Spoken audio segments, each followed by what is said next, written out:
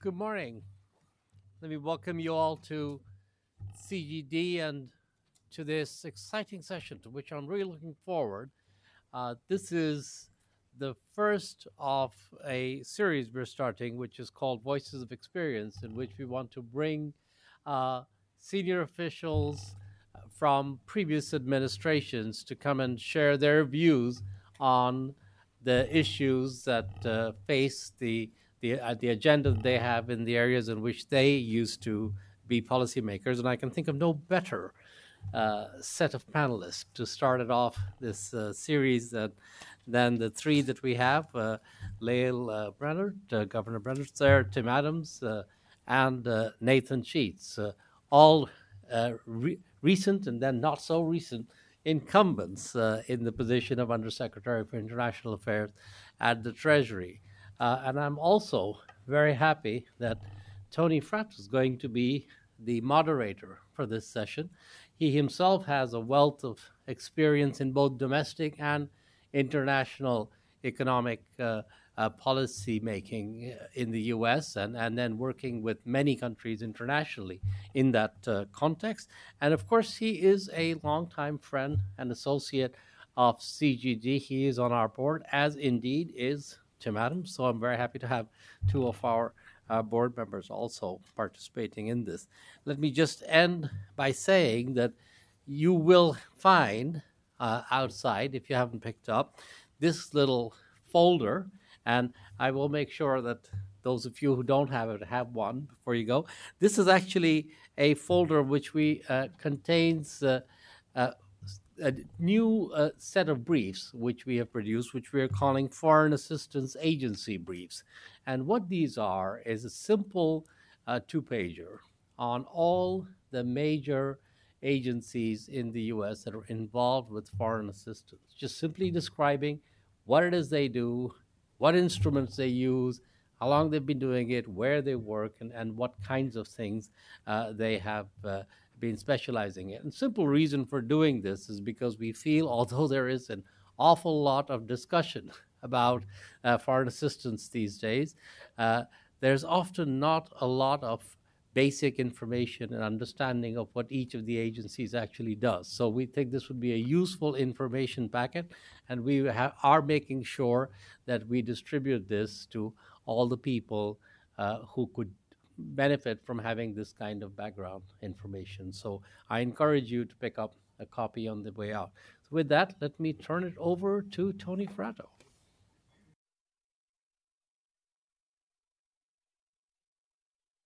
We're going to ask. I think I'm going to ask the undersecretaries to join me on stage, and we'll do quick introductions as we sit. That way we can get started. Yeah.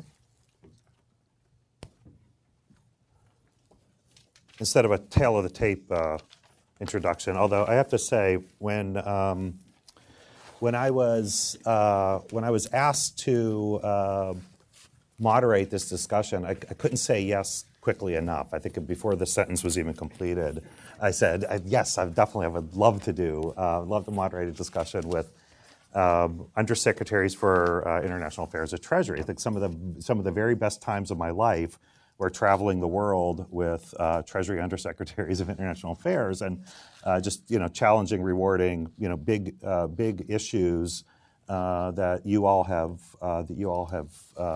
dealt with. And so I was, really looking forward to it. And I appreciate you all coming out to CDG and the Birdhouse to talk about, to spend some time talking about these issues, and on a rainy day, in particular. You have bios for everyone, but just briefly, Lael Brainerd, who was Undersecretary for International Affairs for the first part of the Obama administration, now a Fed board governor. And I don't know if you're going to have to make maybe caveat on your outlook if I ask you some outlook. You're being still in government. You may have to. You may have some tempered remarks. Tim may be tempered by your place at IIF. But Tim and I actually served in Bush administration, Bush Treasury. For Tim first as Treasury Chief of Staff and then Undersecretary for International Affairs in the second half of the Bush 43 administration and traveled the world a lot together and the far corners. And then Nathan Sheets, Nathan, you have no constraints at all. You can, right? You're free. You're a free agent. Absolutely. You can just let it rip, right? That's right. That's right. I should say Tim is now president and CEO of Institute for International Finance. Nathan is over at Peterson, doing great work and analysis on some of the issues that we'll talk about today and others. One of the things I noticed when when traveling the world with with Tim and his predecessor John Taylor, we would go into the offices of finance ministries and central bank governors, and you do a lot of work and prep on what you are going to say to them and the things you want to talk about their countries. And the very first thing they want to know about is, what's the U.S. economy doing, right? You have to remember that actually your job here is to talk about the U.S. economy. I'm not going to ask you to talk about the U.S. economy, but you do have windows on where the global economy is today, and I want to start there, where I think we're going to take us into a good discussion on. There's a lot of landscape for us to cover on the multilateral institutions. On development, obviously, I think we're going to spend some good time on development, on China and others. But I'd like to start with the global economy. And Leah, why don't I start with you, just on like what we're seeing and what the outlook looks like right now in this period. So first, I think, Tony, the point that you made, which is that the international finance part of the Treasury Department is actually that interface, and they are actually in the role of representing what's going on in the U.S. economy and all facets of U.S. economic policy to the world, because that group is really about trying to make global conditions and U.S. conditions mutually conducive for growth. So I think that's a really important point that most people miss, is it's really about trying to negotiate that interface. As I look out at the global economy today, it is brighter than it has been probably for the last few years, certainly since around the time I arrived at the Fed, moved over from Treasury to the Fed. We went through a period of time where we saw a downturn in commodity prices, particularly oil prices, which necessitated some adjustments. And of course, we saw a big slowdown in China and some financial spillovers from China that reverberated particularly to other emerging markets that are deeply engaged in trade with China, but also I think woke up many in the United States and other advanced economies as to just how important China's economy is to financial markets, as well as for the kind of additional growth that we had been seeing in the previous few years since the recovery. China was really the biggest contributor to that pace of growth. And as it is downshifting, that's a very complicated set of policy challenges that it was navigating that really reverberated. Where we are today, I think, is that we are seeing the euro area really growing more solidly than it has been for some time. Unemployment is coming down there. Industrial production is strong there, and we're seeing some pickup also on inflation, which is very positive for the world. We've seen stabilization really in Japan with a continued very aggressive, accommodative policy there. And emerging markets, broadly speaking, and I'm sure Nathan and Tim can talk about particular ones, are also doing better than they had for the previous few years. So as I look at how I think about the international economy for our purposes of kind of assessing U.S. policy, the outlook is brighter. After many years of repeated downward revisions to foreign growth by the IMF and by others, we have seen an upward revision, and we're likely to see that sustained for the first time in about 3 years. That's a big deal. And in addition, as I've thought about risks to our outlook, the balance of risks has shifted because the downside risks from some of those foreign economies I was talking about, with a series of political events that we have now in the rearview mirror, and some other changes in policy frameworks have greatly improved. Tim, you just got back from Japan and China. Yeah, you're always constantly on the road. So if you don't know where Tim is, just look up. He's circling overhead somewhere. Yeah. Do you feel the same way about China? Indeed, well, globally, I certainly share the optimism, and I think on the EM space, we're seeing capital flows return to EMs. There was a period of time we saw capital flight out of EM. Some of it was in anticipation of the normalization of rates here in the U.S. and other places, but I think EMs now are attracting capital based on their relative merits, which I think is the way it should be.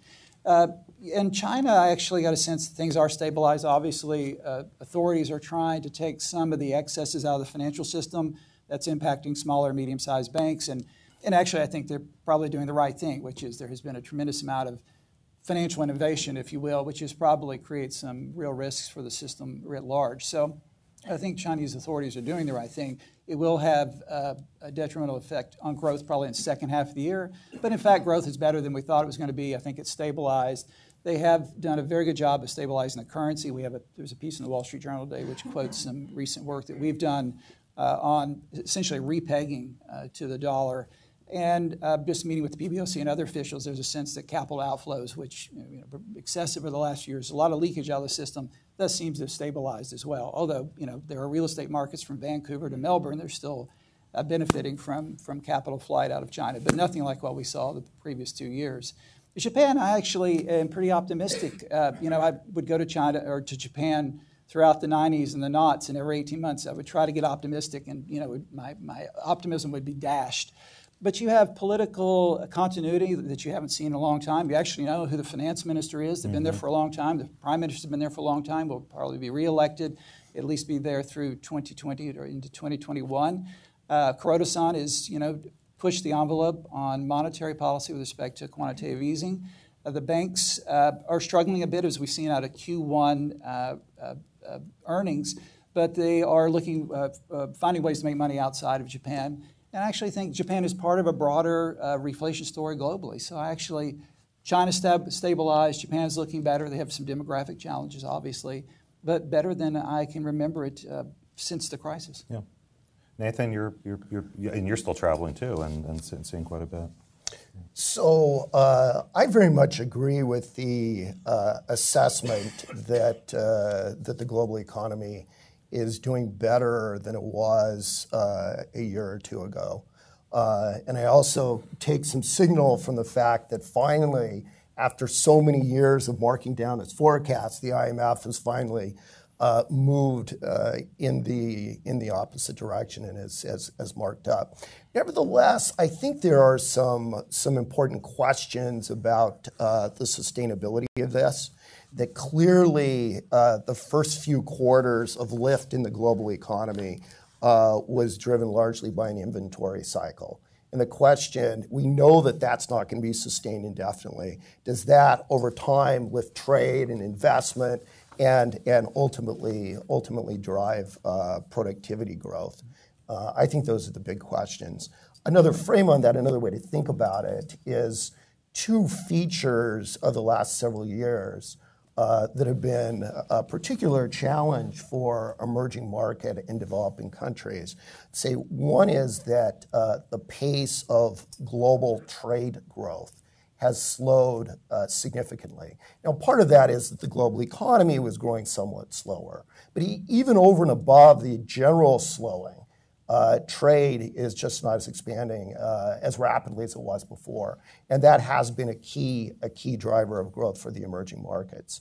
And then separate, but related to this, commodity prices have been soft over the last few years. Now, consistent with the reflation that Tim and Lael talked about, there's been a bit of an improvement, but the level of those prices is still much lower than it was a few years ago. And so I see these as being key questions for the global economy. How sustained is this improvement that we're seeing? And then, of course, a final question that we hear a lot from the emerging markets is what is the trajectory of Federal Reserve policy and interest rates likely to be? My personal feeling is that that's likely to be gradual, and it is the most clearly, carefully telegraphed normalization of monetary policy probably in the history of the world. So it shouldn't surprise people. And my sense is, to the extent that emerging market investors or investors in developing countries are taking positions in those markets, they're doing it with an expectation of some normalization of interest rates in the United States, and are making a judgment that the opportunities they have in those markets are sufficiently attractive that a few hundred basis points on the short end of the U.S. curve isn't going to change the calculus. Mm-hmm. So I think we are going to see the implications of what the Fed does to be pretty limited for emerging markets, but that's something we need to watch. Yeah, you noted the sort of a different feature of this period of, if it is sustained global growth for a period of time. The feature of the last period of sustained global growth was the measurement of people escaping poverty in the world that we measured in the by the hundreds of millions. Right? It was like one of the great transformations in people's lives in the history of the planet was elevating people out of poverty that you measure in the hundreds of millions. But if trade flows are not growing at a rate that we think is we would like to see, will we see the same uplift in the next period? Are the features of of the next 5, 10, 15, and 20 years different than what we saw over the previous 20 years, or the 20 years maybe prior to the crisis? So my feeling is that one of the most compelling arguments for globalization is the implications it's had for poverty reduction elsewhere in the world. Now, the place where that has been particularly concentrated, but also where it's most controversial in many of our domestic political discussions, is in China. Mm-hmm. And if China hadn't benefited from globalization, if it hadn't have integrated into the global system the way it has, the Chinese challenges and difficulties with poverty would be much higher. So I think to the extent that there is a backing away, that engine of poverty reduction will be reduced. Now, there is an important asterisk on this, and that is another major pocket of poverty is in India. And the Indian economy is growing very rapidly, and India is somewhat less dependent on exports and global integration. So there's an interesting question as to whether we might see an alternative model of development that's more about domestic development. But I think that's very much an open issue. Yeah, Tim? Yeah, to your point, I brought the statistics with me, and they're overwhelming. There's a real inflection point after World War II. And in my lifetime, life expectancy has gone globally from 48 years to 71. The share of the population dying before the age of 5 has declined from 19% to 4%. Global literacy rate has doubled from 42% to 85%. The share of the global population with a secondary education and more has gone from 19% to 47%. Share of global population living in extreme poverty is from 50% to 9%. Share of population living in a democracy has increased from 31% to 56%. So this is remarkable. The pivot of the human condition, there are two periods. One is from about 1780 to about 1840, and really in the post-war era. And we can debate why that occurred. But part of it has been globalization, which I'm a vowed supporter of, and trade flows and FDI flows and the flow of ideas and information. And so if indeed those flows become inhibited for a variety of reasons, then most certainly the great gains that we've seen over the past 55 years are under threat. Yeah. Actually, Leo, I think it's a really good transition into some of the challenges that you faced in especially 2009, 10, 11, where we had obvious tough economic times in the United States. but still able to, you had to be on the front line fighting to maintain support, even increase support for some of the global programs on development. And I remember you gave a speech talking about how how this was in America's interest, and how we're explaining to people, and how we need to help people understand that it's America's interest to have that kind of progress, why that's meaningful to us here. Could you touch on that a little bit? Absolutely. So Yeah. I think in the wake of the financial crisis, the budget debate here in the U.S. Was a difficult one. And of course, we had a very large and expanded set of needs on the domestic front. And so making that pitch for not just continuing some of the appropriated programs, but actually recapitalizing and increasing capital at some of the development banks that are so important for U.S. interests abroad was a tough pitch to make. But the development banks, as people here know better than anybody else, really stepped up in the wake of the crisis. And they made sure that special funding was available so that in poor countries and emerging countries, social safety nets wouldn't get cut. They stepped up with a massive amount of trade financing, and they got trade after a kind of death spiral growing again, which was important for growth in the United States. And I think there was, interestingly, a recognition that the way forward, if we were going to grow here in the U.S. and recover, was that we needed to do it in lockstep with countries around the world. That's why we worked so energetically in the G20, because if the U.S. alone had supported its growth and other countries were not doing the same, obviously that would have undercut our efforts here. We needed demand to be boosted globally. And interestingly, with a Republican majority in the House, both houses, the Senate and the House, came forward and supported recapitalization of every single one of the development banks. I don't think that's happened historically. So it was a really interesting point of bipartisan support, and it just wouldn't have happened without some critical Republican leadership on the House side, and with people from previous administrations coming out and being very clear that this was not a giveaway. This was very much critical to American interest and American growth, and it was a really heartening, I think, example of bipartisan cooperation. It seems like the challenge on those efforts never ends. I mean, we're saw the new administration's budget that's very tough on a lot of these programs. Tim, I'm going to ask you this question because I've come from Pittsburgh. You come from Murray, Kentucky. Yeah. We're heartland kinds of people. But we also, I don't think people realize this. I mean, I'm very proud, and I think Tim is also. A lot of, look back on Bush administration where we talk about a lot of the development programs that we put in place, and we are proud of them, and how they were. There was even growth in them in the Obama administration and further development of them, which I think, we're proud of that as well.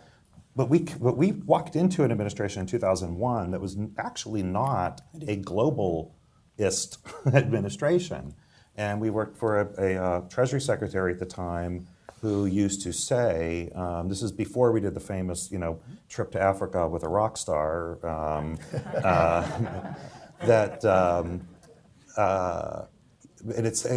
heard it echoed in the things that current OMB Director Mick Mulvaney said over the last couple of days. But our Treasury Secretary O'Neill would say, I need to explain to the plumbers and carpenters what we're doing with their money before we can put it in there. And I'll say President Bush had a high test for that also, and I think we passed the test on the programs. But are we losing that argument today? Because I think we've seen lots of success through a lot of great work through a couple administrations to support these programs. But are people convinced? Are we reaching those people and helping them understand? It's a hard sell out in the hinterlands. They don't get it. The view is that the foreign assistance budget, the 150 account, is probably 10 times larger than it actually is. there's a take care of America first, as it is for most countries. Why aren't we taking care of domestic challenges, whether it's the opioid crisis or inner city degradation? And that's a compelling story to tell. But I think what you have to do is address it on a couple of things. One is there's a values piece to it, right? The statistics I used are overwhelming. And how many churches in this country every Sunday pass around a hat to help individuals outside the United States in support of advancing the needs of humanity. So I think there's a values piece. Two is I think it's also good for jobs. In my little hometown, we saw a lot of factories shut down, but those that survived actually survived because of the export market. So 95% of the world's population lives outside the U.S., 80% of the world's GDP, about 80% of the world's savings outside the U.S. We have a global market, it's good for economics. The third is national security, and that's where we made the point after 9/11 that what happens in other places really matters. 2/3 of the population in the MENA region is under the age of 25. If they don't have jobs and they don't have housing and they don't have the opportunities to have a normal life, then they're going to engage in fairly radical behavior. That affects us. It affects us, we've just seen in Manchester and other places. So I think you have to look at it from a values, from an economic, and from a national security. The biggest supporters of the 150 account of foreign assistance is the Department of Defense. General Mattis has been out saying, we can either provide assistance or we're going to have to buy a lot of bullets. And I know we here at the CGD that we've talked a lot about the board should have more military on it. So I think those three components make it an easier sell. But boy, if you're out there and you're living in Murray, Kentucky, and you've lost your job and you're 55 years old and you're on disability assistance and your children are in subpar schools and the future looks pretty bleak, it's a tough sell. But that's where leadership comes in, right? Yeah, Nathan. Let me just underscore what Tim's saying, and it really touches on what I see as being a really important point, and one that gives me some optimism about where this administration will ultimately land in terms of its relationship with the international financial institutions. And it is that when you are sitting at the Treasury, as people sit at the White House, you struggle with some really, really challenging, difficult issues. And you have a limited set of tools that you can use to address those challenges and problems. And time after time after time, when we were faced with those issues, we saw that the IMF or the World Bank or the regional development banks had resources, had commitment, had expertise that could be used to help address some of these challenges. And also, very importantly, you're faced with a question, if you're not going to do it multilaterally in some of these settings, is the U.S. taxpayer prepared to write the check to cover it in its entirety? Right. So these development banks and the fund are a very leveraged use of U.S. resources. And I think that the progression that you described in the Bush administration, where in days 1 and 2, the sense of multilateralism and internationalism was not as clear, but it grew over time. I think that this is the underlying dynamic. But this rationale that Tim has articulated for the MDBs and the IMF, we need to make the case more clearly. We need to make it more passionately. And I think in addition, we need to think really hard about how we ensure that gains from globalization and economic integration are shared in concrete ways with some of these folks that you're describing. Do you think it's obvious? I mean, I started writing a question about that was the predicate was that it's obvious that global growth is good for the United States. It's obvious that growing economies in Asia or Africa, Latin America they benefit the U.S. economy for the things that Tim was talking about. But is it really obvious? I guess I'm supposed to be the communicator, right? Maybe you guys are making great policy, and I'm screwing it up by not communicating it well enough, selling it well enough. That's right. Even with overwhelming evidence. But is it obvious to people that is good for the United States? Because I think there are elements of the U.S. as competitor with the world that if they are succeeding, we are failing. Is that a conceptual thing that we're not getting across, that we can both, that it's win-win, we all benefit if the world is growing? My sense is that the growth that we've achieved over the last 20 or 30 years, both in the United States and globally, has been too low. And even over and above that, it hasn't been distributed as broadly and fairly as it needs to be. Now, the tough question that I don't know if there's a crisp answer to is how do we achieve, well, first, how do we achieve more growth, which is hard to do, and second, how do we better distribute the growth? How do we make it more shared, more inclusive? The answer has to have something to do with education. My sense is it may have something to do with better infrastructure. Public infrastructure is available for everybody and improves the quality of people's lives. It may have something to do with the financial system and making it more inclusive. It may have something to do with the tax code. So I would say that stronger global growth is necessary but not sufficient for helping the median worker and the median household. In mature economies. That's right. I'm looking at it from an advanced economy perspective. Leo? So I think Nathan is exactly spot on. So what we're really noticing here in our own country is if you look at all the wonderful work that's been done by people like Emmanuel Sens and others, the growth that has taken place over the last few decades has been very skewed in terms of who has been getting the benefits of that growth. And if you look at a very large share of the population, their real incomes have been flat for a very long period of time. And if you travel to places like Emlyn, Kentucky, or places like Itabena, Mississippi, Milwaukee, Detroit, I mean, it really is a phenomenon that you can see within very large cities in particular neighborhoods, or in rural areas, or small cities that used to be industrial. There are communities across the country that have experienced shocks. Those may have to do with trade in some cases. They may have to do with technology, may have to do with getting bypassed, if highways are rerouted, or bypassed for broadband connectivity. So it's communities that get isolated or that experience quite a shock.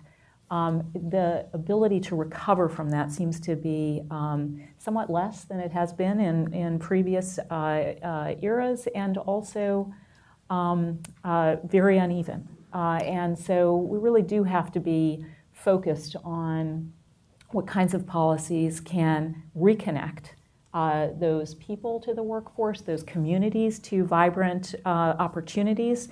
And those really have much more to do with what we're doing here at home, I think, than they do on the international front. You mentioned, I think you've all mentioned a little bit about the, where we are, where America. And I'm going to ask a little bit about America's role here in this, in multilateral venues and multilateral institutions that you all spent a lot of time on. And actually, I think I was supposed to say at the top to remind you all that we are going to have questions near the end of this, so you're going to get a chance to ask questions too. But I mean, my experience is that there are a lot of administrations go in not fully appreciating the giant leadership footprint that the United States plays in a whole lot of areas, but especially in international economic policy and development policy. In fact, I saw your old boss, Jack Lew, on the last night, and we spoke for a little while, and he said, he came into that job thinking that maybe 70 to 80% of his time would be spent on domestic issues and 20 to 30% on international, and it was flipped. He's spending 70 to 80% of his time on international issues. So you don't think about it that much, but you do quickly learn that American leadership is really essential to getting anything done. And maybe Tim, to your point on it's better than the armed forces having to go deal with things. You find that these venues are actually really beneficial. Should we expect that we're going to step away from that, or should we expect actually that learning curve? We're going to see more of that learning curve that this administration is going to recognize that they should use the tools they have in front of them. What's the saying? Because we have history, we don't learn from history. Yeah. I fear that there's a retreat from the support of those, the architecture, the post-war architecture of the liberal order, which I cited the statistics, and I can give you a lot more. It's an asset, it's also a burden, and we need to ensure that we not only are out there advocating on behalf of these institutions. I was up on Capitol Hill 2 days ago on the House side saying, you got to support the MDBs. I also said, but you also have to hold them accountable. And we have to ensure, given the plumbers and carpenters of Chicago, that these institutions work, and they work well, and they're transparent, and they're democratic, and we put out a paper a few months ago on some of the international standard-setting bodies, defending them because they came under enormous criticism, the FSB and the Basel Committee. And not that I'm a great fan of them, but we need them. But they also need to be more transparent. They need to be more accountable. So we have a role of defending them because I think they work, and if we didn't have them, we'd have to create them. But two, we also have a burden of ensuring that they work appropriately. Mm-hmm. And that's tough. A lot of these institutions are resistant to change. Masood, we and I have had this conversation. It's entities like the CGD that helps.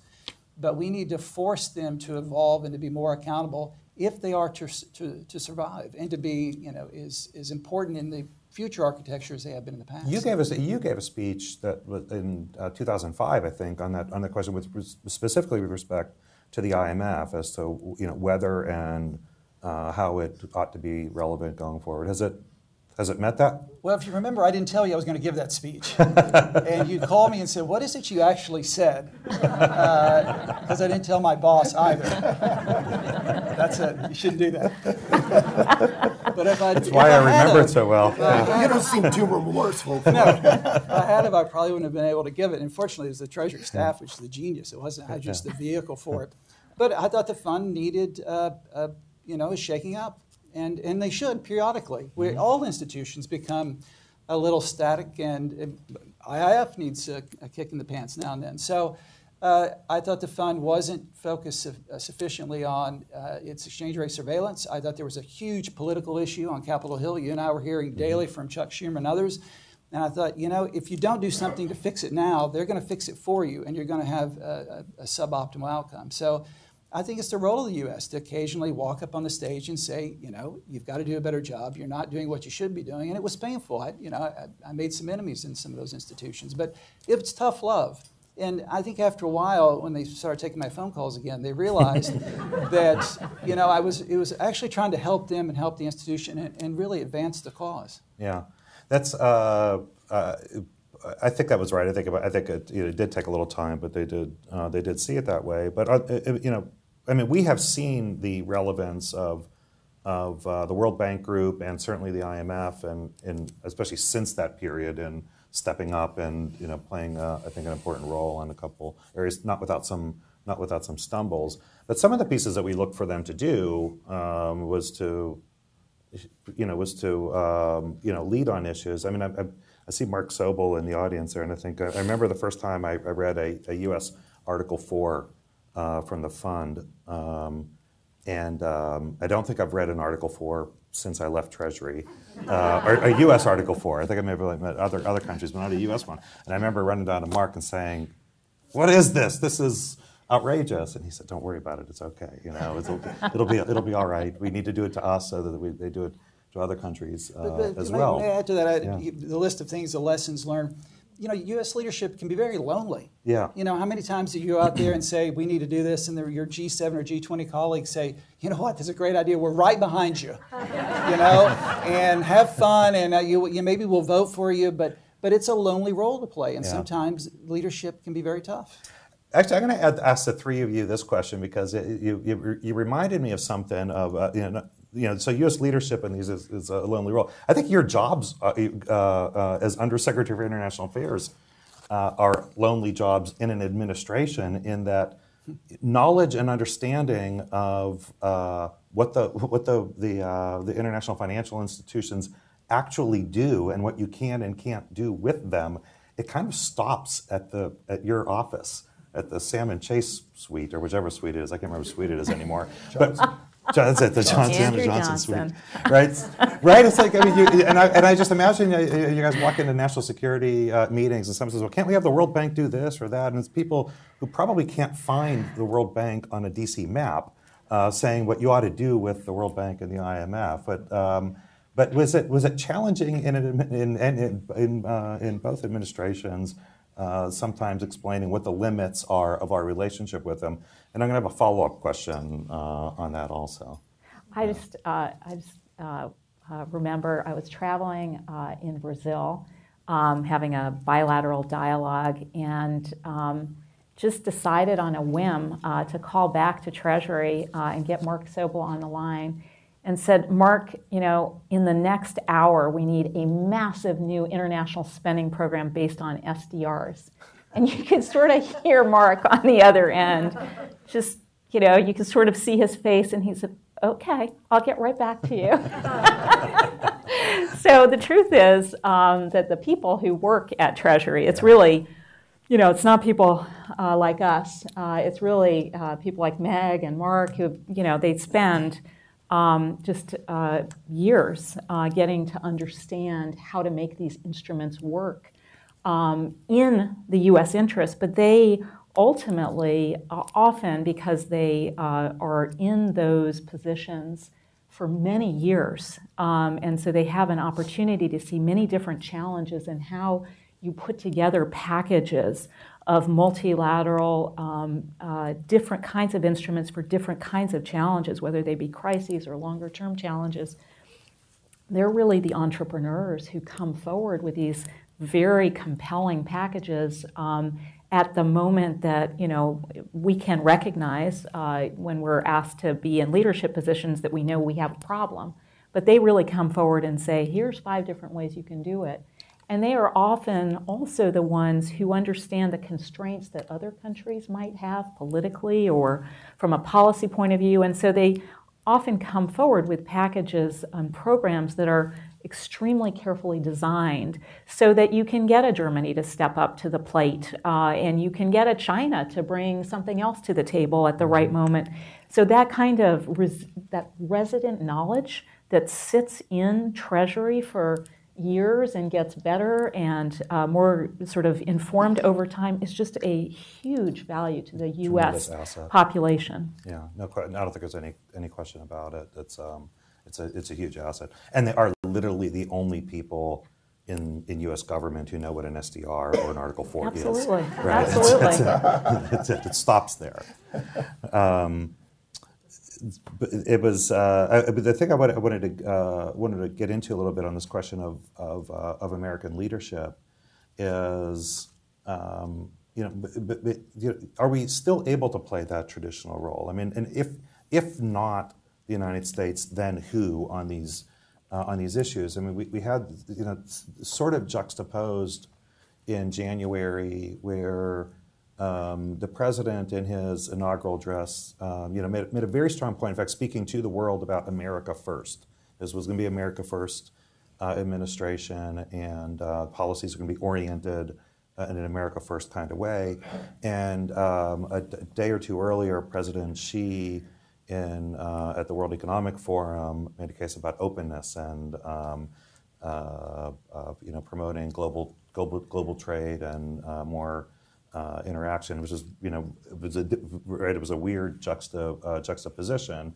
I would say, look, I've never met an administration that wasn't America first, actually, and that's the way I think every administration has thought about its relationship with the international economic system and the institutions. Are we making too much about some of the differences? Our experience at the end of the Obama administration was that the world continued to thirst for and look to the United States for leadership. Now, it required, as Tim said, determination. At times it was lonely. I think in order to satisfy that role, we had to work harder than many of our counterparts.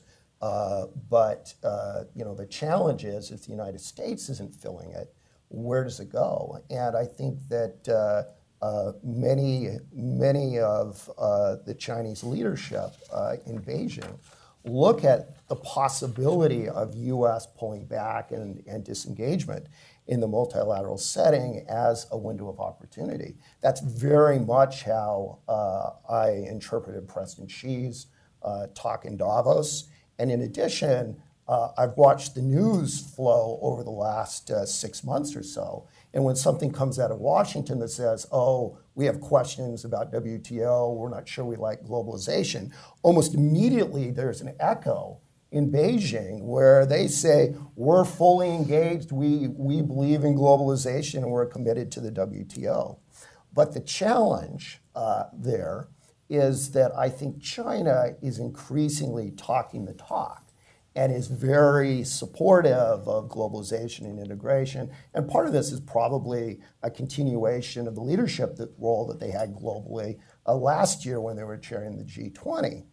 But in addition to having the words in the right place, in order to be a credible global leader, it's important their policies be there as well.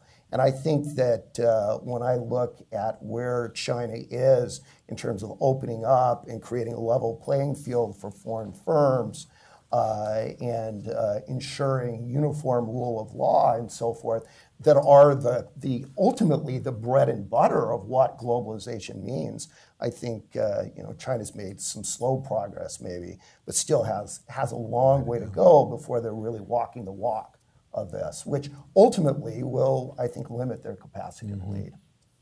Tim, there was you were in your job in a pre G20 world, right? We didn't elevate it to a summit level until November 2008. So it was G7, and I think I remember at the time, we formed the G20. And during the financial crisis, and then a year or so later, I guess in Pittsburgh, the view was that it would the G7 would actually go away, and it would really be the G20 would really be the preeminent G group, and we still have the G7; it's still relevant. If we were looking, so that's 10, 8, 9, you go ahead and 9 years on. If we're 10 years from now, are the G groups still relevant? Is the G7 still existing? Is it still playing a role in a leadership role? A great question. Tony, if you remember, I was sworn in Rio de Janeiro. You held the Portuguese No, not Rio. You ever said Copacabana? Oh, it was Rio. That's right. That's Rio de Janeiro. Copacabana Beach. That's right. And we went from there to Brasilia, and the first press gaggle I did was at a hotel in Brasilia. And I said to those together, some of them may be here today, we're going to put ourselves on a glide path to the G20. And you stopped. You said, everyone turn off the recorders. You took me aside and you said, you're making news now. And I said, yes, I intended to make news. And again, I should have run that by you ahead of time. I'm sorry. But I did. I believed that. I thought it was time to move beyond the G7. I didn't think, China wasn't there and so many other important players. It was time to move on. We had outgrown it. And I got some angry phone calls the next day from some of the G7 members saying, what are you doing? But they understood it. We couldn't continue to live in that old structure. The problem with the G20 now is that the G20 meetings aren't G20, it's G50. You've got to have a concert hall to put everyone around it. So you lose some of the the familiarity that you have with the G7. I don't know about you guys, but when push comes to shove, many of those G7 counterparts I talk to on a regular basis. Mark Carney was my Canadian counterpart, John Cunliffe, some of them that you found that you were on the phone with on a regular basis when you really needed to get something done. Maybe the Argentinians occasionally, maybe someone else. So it's the concentric circles. It's still important from kind of an operational, where do you start? You have to have the G20 because of its legitimacy, but not everyone's at the table. But it probably will continue. It will ebb and flow, and it's certainly ebbing as we get farther and farther away from the crisis. But that doesn't mean you should dismantle it. That means we should keep it alive, find ways to make it relevant, which we'll see if the Argentinians can next year. We were just having this conversation in the green room. But I think it's part of keeping the architecture together and sustainable, because we will have another crisis. As Mark will always tell me, you need the fire station. We'll need to dust it off. And in the meantime, we just need to make sure that it doesn't deteriorate to the point where it's worthless when you do need it. Earlier this year, Secretary Mnuchin was at his, I think his first G7 meeting, and there was this, there was language removed about the commitment to not take protectionist actions, and so we fought a lot to keep that kind of language in, and whenever I'd raise it, people, they say, well, it's just a G7 communique, no one's really paying attention to it. But I thought the signaling wasn't, we were signaling that it's okay to, and that we would not be the voice of commitment to preventing moves towards protectionism. Are people reading it the same way? That is, in between those periods when there are fires, can it still play a role in signaling optimal policy directions for countries? I won't speak to that particular episode, but I will say that G7, G8, G20 communiques, like other kinds of diplomatic documents, can be extremely important. So I'll just reflect on some of the language on exchange rates. So I think with my colleagues at Treasury and across the administration, we thought it was extremely important for the G7, the sort of major floating currency countries, to harden up the rules of the road for how they would manage, to the extent that they would, exchange rates, and to try to bring in some of the key emerging markets and other countries who had been more in the management of exchange rate camp into a similar set of rules of the road that would facilitate the strong, sustained, and balanced growth. That balance piece was very important in the recovery. And I will say it took many hours of negotiations over many years, but I think in February of 2013, when you saw language appearing for the first time among the G7 that talked about how domestic policies would be oriented towards domestic purposes, that was extremely meaningful language at a time where a number of countries were embarking on different kinds of monetary policies for domestic reasons than they had in the past. And at the same time, you saw language appearing in the G20 statement that talked about not targeting and not engaging in competitive devaluations. That language, I think, is meaningful as those policymakers go back to their own domestic policy-making circles, and it is an important constraint in their own deliberations. And in fact, you saw an evolution of exchange rate practices commensurate with that. So I think the reason that the language didn't happen earlier is because many of those countries, but particularly important ones, were having internal debates. And when the language finally did emerge into that document, it was because that internal debate had been won. So I think there are moments when language and communiques can matter. Nathan, I would say you had that groundwork laid, but you also had direction through the trade promotion legislation to rethink Yes. how we think about exchange rates also. Could you, and you and your team authored the first report on that also. Yes. The G7 language on exchange rates, which over time we've almost fully migrated now into G20 language, including a commitment to consult closely, which if you look at it, it seems pretty limited and pretty benign. In practice, that has proven to be a very powerful tool in interacting with various G20 counterparts and having a conversation with them about their exchange rate policies. And in that context, we also have a responsibility that was assigned to the Treasury from Congress to do surveillance on exchange rate issues and to call out policies that seem to be unsustainable or inappropriate. And let me add quickly, I think, at least when I was at Treasury, I found this exercise of sitting in the Treasury building and casting judgment on the policies of a large number of countries as being one that made me very uncomfortable.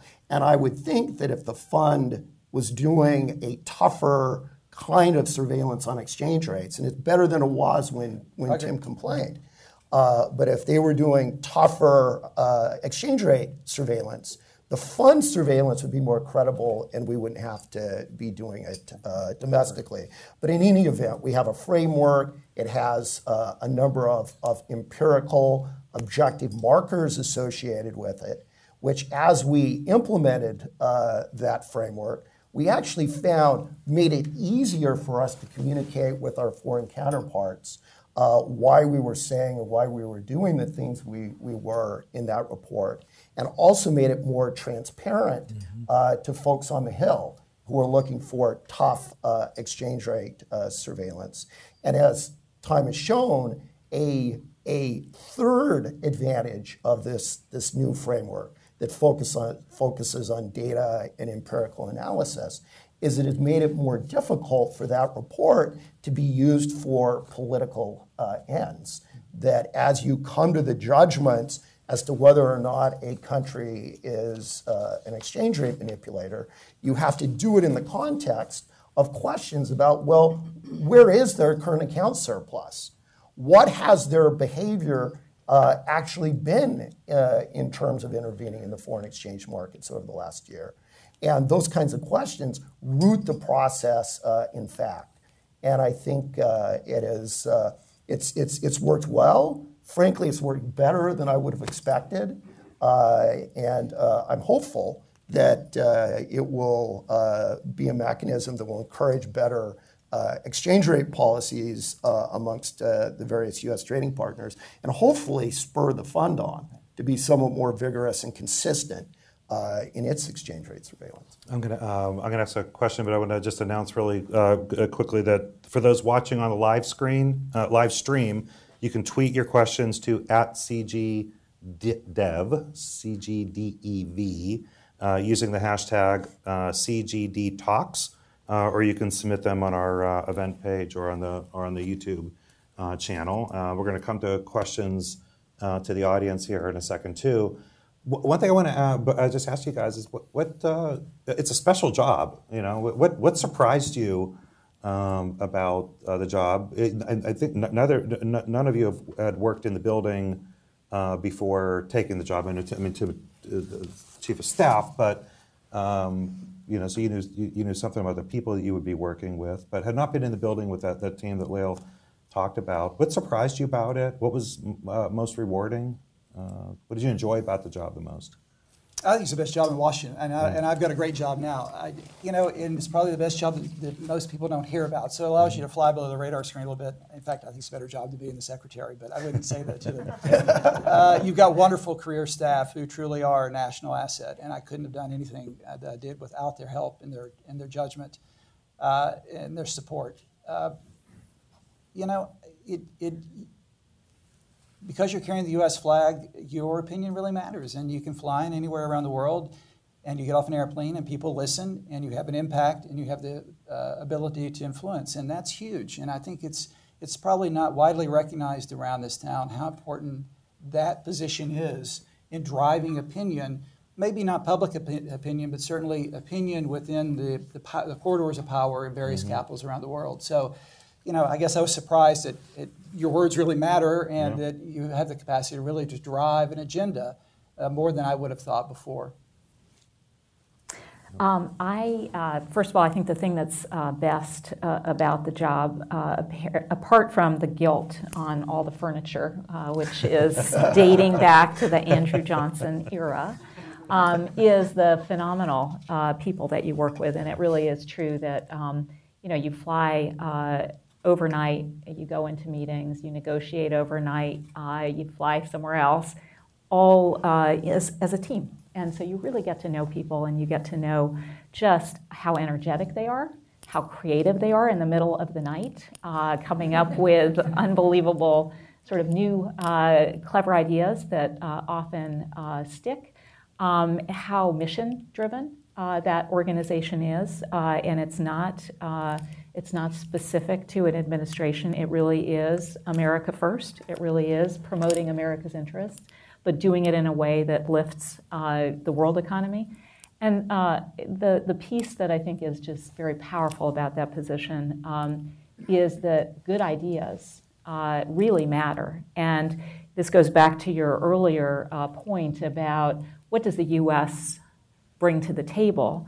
Well, it's certainly true that in an earlier era, we capitalized many of these institutions, and our financial heft was a big part of the equation. Today, where I think we lead most effectively is through the quality of our ideas and the strength of our initiative.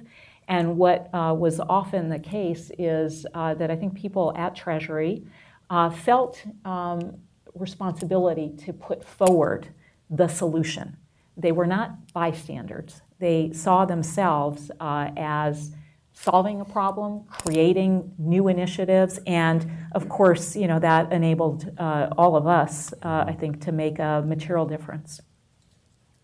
I'd say the joy of public service is the sense that what you're doing really matters.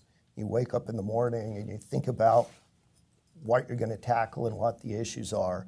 And they're issues that matter for the United States and for the rest of the world. And I think that in turn builds the camaraderie and esprit de corps that Tim and Lael have discussed, which also I think importantly spills over into international relationships as well. That some of the relationships I have with international counterparts are extremely close and meaningful.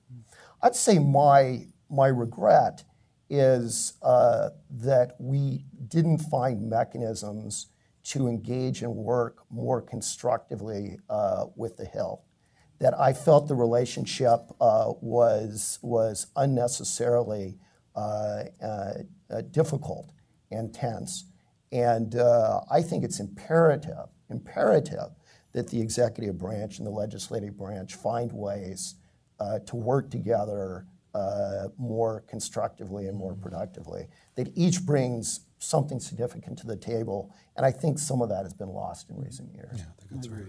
How are we doing with questions? We have we have a ton of questions. Where's, actually the very first hand I saw up earlier was right there. We can wait for the microphone. It's coming to you right there. Thank you for the conversation. Really appreciated the comments about U.S. leadership and influence. Was wondering if any of you have any ideas about how advancing global financial inclusion can help the United States. Tim, actually, you're working on it too, even now. Many of our member firms are heavily engaged, and we've seen remarkable progress over the last couple of years. CGD has also been a part of this process. Something like 400 million people have gained access to some sort of whether it's a credit or savings product, and increasingly insurance products globally. There's still 2 billion people that don't have it, 2 billion adults that don't have access to financial products. That's an objective that we should all take on and certainly we take on at the IF. We think that economies that have greater financial inclusion have faster growth, greater financial stability, and therefore greater financial stability and faster economic growth is in the best interest of the United States. So, it's not just outside the United States. There's financial literacy, which is an important part of the U.S. economy as well. The Treasury Department used to be at the forefront of a multi-agency led effort on financial literacy in the United States. But I think it's an important part of the infrastructure of any growing economy, whether it's a emerged or emerging or developing economy, to ensure that you have people a part of the financial pipeline. To quote Jesse Jackson, capitalism without capital is just another ism. And so you got to put capital in the hands of those who want to use it, save it, or use it for insurance, or use it to better themselves, to be entrepreneurs. So I'm all for it.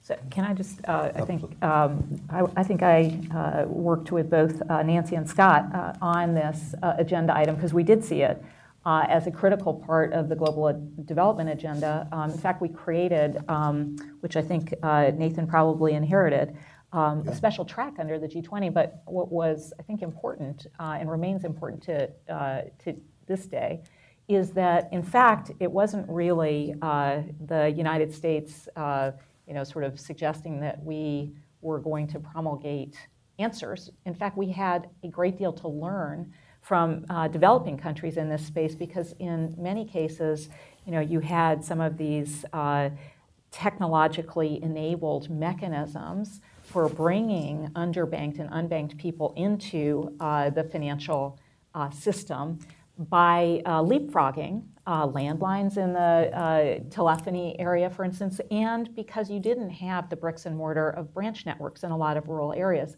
So in fact, some of the regulatory cooperation between the telecom regulators and the bank regulators that had happened in other countries was a learning for us in the United States. And I think in that arena, it continues to be an area where, in fact, we have as much to learn from our counterparts in emerging markets as they might from us. Even though some of the technological innovations may be emanating from here, the way they get put together and serve the poor comes to us from abroad. Why don't we do this? I'm going to do like 1, 2, 3 questions. If we could just do questions real quick. Start with Nelson, and then the 2 women behind you, and then we'll take those and we'll see who wants to. Nelson Cunningham with the Party Associates. Thanks very much for doing this. This is such a useful session. The president goes, I think, today to meet with his G7 counterparts in Sicily for 2 days of meetings. How would the agenda be different under another president, say presidents you might have served or presidents who might have been elected last November? Behind you.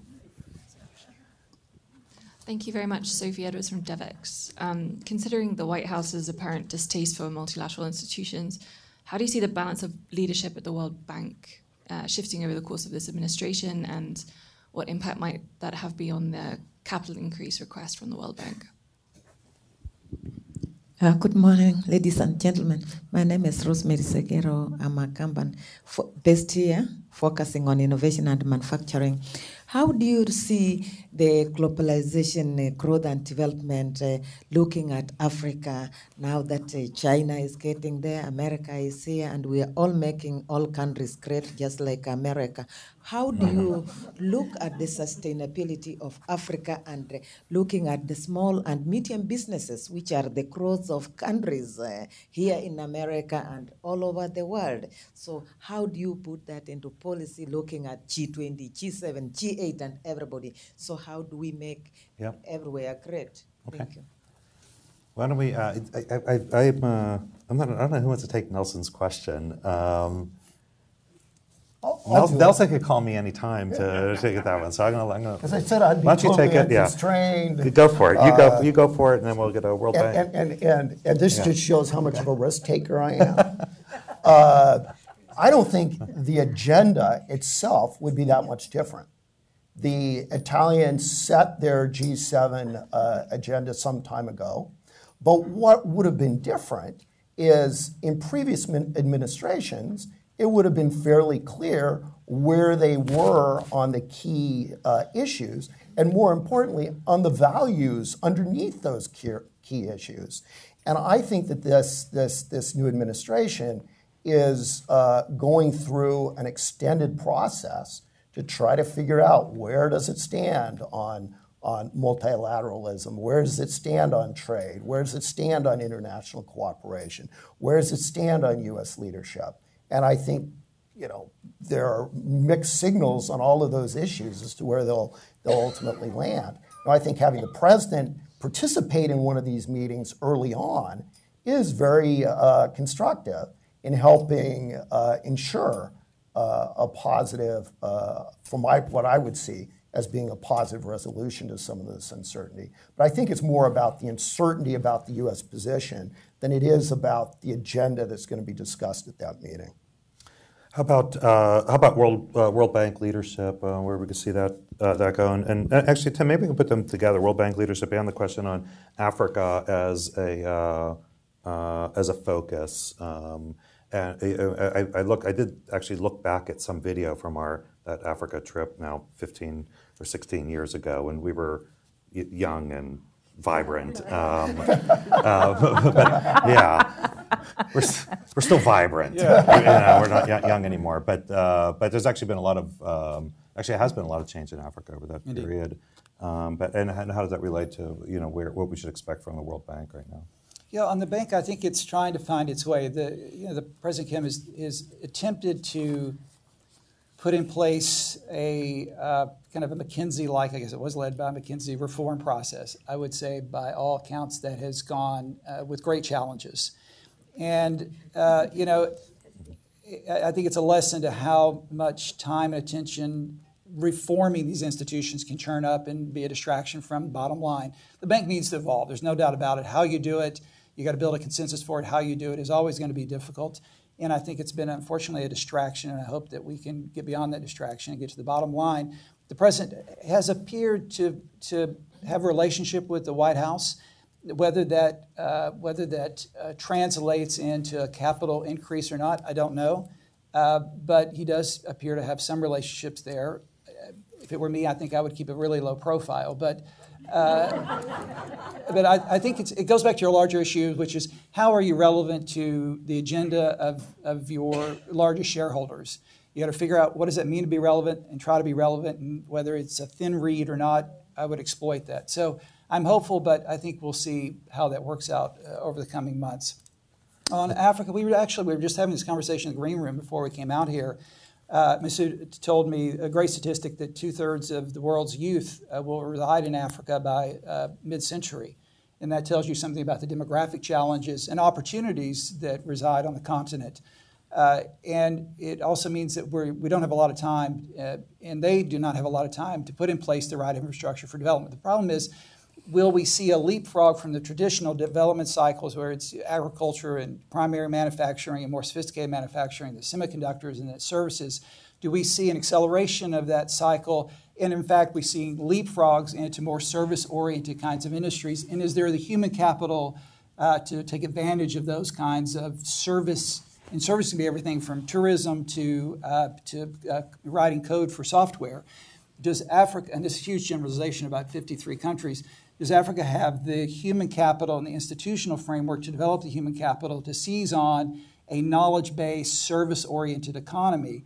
And if not, then can they really compete with other parts of the world that is still in the manufacturing game, but is doing so with the deployment of technology innovation? I don't know. That's a great challenge for Africa. But entities like Center for Global Development is going to help us think through those issues. Can we? I'm just going to very quickly take 3 more questions and see if we can quickly get through them. We're going to get Sobel, Mark Sobel, not Sobel, Mark Sobel, the Mark Sobel. We go one here, yeah, and then we'll get Whitney. So thinking back on your time as Undersecretary and what you grappled with and what you did, what do you see as your legacy and your greatest accomplishments? Hi. Yesterday, China's sovereign debt was downgraded for the first time. I have not heard the panel talk about what I consider the most important risk for emerging markets, which is China's financial fragilities. I would like to hear your views about that. Okay, and then Whitney. I wanted to pick up Hold on, your- just let's get a microphone, Whitney. Whitney Debevoise, Martel and Porter K. Scholler. I wanted to pick up on the point about congressional relations. I found that we were constantly constrained in Hill relations because of the much greater equities Treasury has on the domestic side. But on the other hand, when I was liberated to actually talk to the Congress, namely after I left office and when I was promoting the capital increases, when I spent an hour with some key staffers to explain the financial models of each of the different parts of the World Bank, it was like the veil was lifted, and all of a sudden they got it. And particularly with this administration, the concept of leverage must be phenomenally powerful. Nathan, I mean, you feel strongly about that. If you want to take that that question on congressional relations, I don't know who wants a jump ball on the China question, and then I'd love for each of you to answer the Mark's question about your most proud achievement. On the issue of congressional engagement, actually, I think you put your finger on two things. One is that the financial model of the fund and the bank are exceedingly complicated. And whether or not that complexity facilitates funding and so forth, or gets in the way of it, I think is something that's worth thinking about. And whether there might not be scope to move institutions to financial frameworks and approaches that are more standard. Now, the second part of your question, which I think is the broader part, is I think you put your finger on something that's important, and that is, if we are going to have this more constructive dialogue between the executive branch and the legislative branch, I think it's going to require more regular, informal, ad hoc kinds of interactions. And I think that both sides are a little hesitant to interact informally, that each is kind of marking their words very, very carefully. So I think we need, part of that is going to be personalities, but I don't know whether there are mechanisms that could be established to achieve it, but I really think it's about increasing contact at all levels in the two branches of government. So I don't think there's any single solution, but I think it's something that could be focused on. And do you want me to answer the Sobel question, or are we going to do that all together? Well, we'll do that together. Let's try to tackle the China question first. Downgrade of China. Moody's downgrade. There's nothing new there. I mean, it's just it's telling us what we already know. There's been a huge explosion in corporate, non-financial corporate debt in China. It's now at about 180% of GDP. Overall debt to GDP in China is close to 300%. So it's it's a potential long-term problem. I don't worry about it in the short term. I think authorities, I said in my earlier comments, are aggressively working to take some of the tension out of the financial sector. They're trying to reduce some of the risks in the financial system that may have spillover effects into the trajectory of growth in the second half of this year and the first year. But I think it's actually a sign of greater transparency. We're actually talking truthfully about what's going on in China, and we all know that there are challenges everywhere. And simply making it more transparent and being honest about the challenges, I think it's in China's interest and our interest. And it shows that if you're going to develop real capital markets in China, you need accounting systems and you need rating agencies to actually have honest assessments of what's going on there. And it's in China's interest that's the case. They are looking to attract more foreign investment. And any foreign investor who's going to put money in China wants to ensure that they know what they're getting. So actually, I see it as a positive element. It's part of China opening up, building better capital markets, better transparency, and just being honest and accepting the honesty of the challenges the country faces. Thanks. All right, Leah, why don't you kick us off on Well, let me speak quickly to China yeah, as well. absolutely, yeah. I do see China's challenges as a medium-term downside risk to the global economy. I do think they're extremely relevant, particularly for emerging markets. The run-up in corporate debt has been very rapid. It is very high relative to most emerging markets' experiences previously. And that deleveraging will need to take place at the same time as when for all, all kinds of the economic models that we know would suggest that growth will need to be downshifting over the medium term. And managing that balancing act has proven for other countries to be very difficult. China has more administrative measures than many other economies that have faced those kinds of challenges. And of course, policymakers are very clear about those challenges, but I think it's tricky. So greatest hits. Aren't all of our greatest hits Mark's greatest hits? Absolutely. Really? We're just a vehicle for We're Mark. just That's a right. vehicle. That's right. So look, I think we all kind of build on each other's the progress that our predecessors made. We certainly, I think, our biggest initial challenge, which I think we should feel some pride in, is getting the world economy back on track in the recovery, getting agreement around supporting that recovery, getting agreement around the financial reforms that were needed in all of the major financial jurisdictions to make this kind of crisis less likely in the future. And I think we succeeded on that. Getting the euro area onto a stable track was enormously challenging, and I think it's emerging as a stronger economic union as a result of that.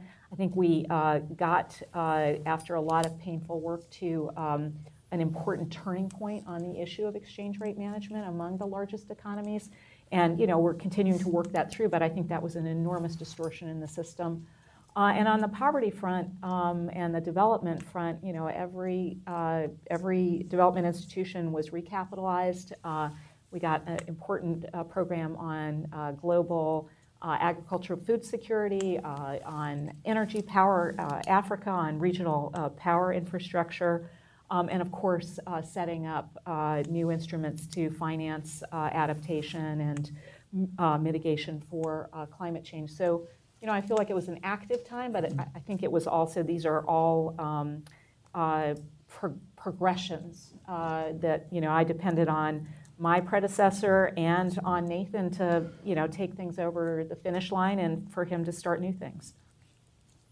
I didn't break any furniture, so that was my biggest accomplishment, because it's a very fragile place. My kids used to come in and spin around the chairs, and the historians in the place would really freak out about it. But I don't want to echo that. You think about all the people who came before us, before me, John Taylor and Larry Summers and David Lipton and Tim Geithner. I mean, it's a gallery of really successful and accomplished and very smart people, and then the people that came behind me as well. So somehow I snuck into that group.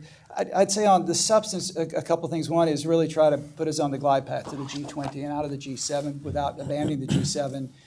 Two is really try to force the fund to change its governance structure to be more sensitive to its surveillance mandate and responsibilities. That's an ongoing process, and you guys actually really carry the ball after that.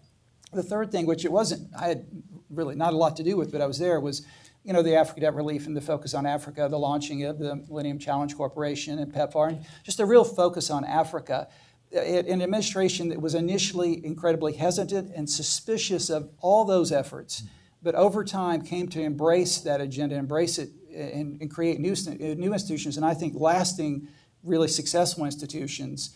And again, it wasn't my leadership, but I was in the room when it happened, right? You're underplaying. And I think those are great success stories. So I was just glad to be a part of it. Nathan? So I would say the number one thing that I look back on fondly, and hope is a legacy, is that I put a lot of time and effort in working with some key people who are in this room to build the internal team in international affairs. And my sense is that IA has performed superbly through a pretty challenging transition. And I think that that reflects, again, very positively on the quality of the folks that are there. And we also negotiated and worked through a transition where Mark moved from the Treasury into the International Monetary Fund. This is a place where Congress didn't get it right. They didn't confirm him, but he moved and is serving there with great distinction. So in some sense, we saw the passing of a very important baton inside the building. In terms of substantive issues, I think that it's very positive that the IMF's financial picture is strong and sound for the next 4 or 5 years. We got the quota reforms done, we got the NAB renewed, and the bilateral loans were approved. So there are no imminent threats to the fund's financial position.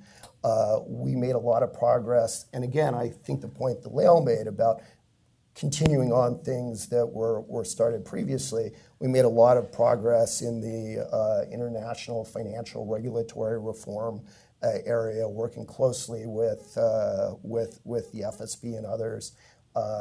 Remain deeply engaged in Greece and other parts of Europe, and no major, I think on balance, progress was made during our period, and no major disruptions. And then I would say finally, we worked intensively, and I know accomplishments need to be judged by output, not input. We worked intensively on the China relationship, and I think that we moved that process, the process of China's integration into the global economy forward. I think it was bit by bit by bit, but I think the Chinese are now more engaged, more sophisticated, more transparent than they were 3 or 4 years ago. There's still a lot of work there that needs to be done, but I think we did move the ball down the field with China as well. Yeah, I could certainly agree, and I think there's lots of evidence to that as well.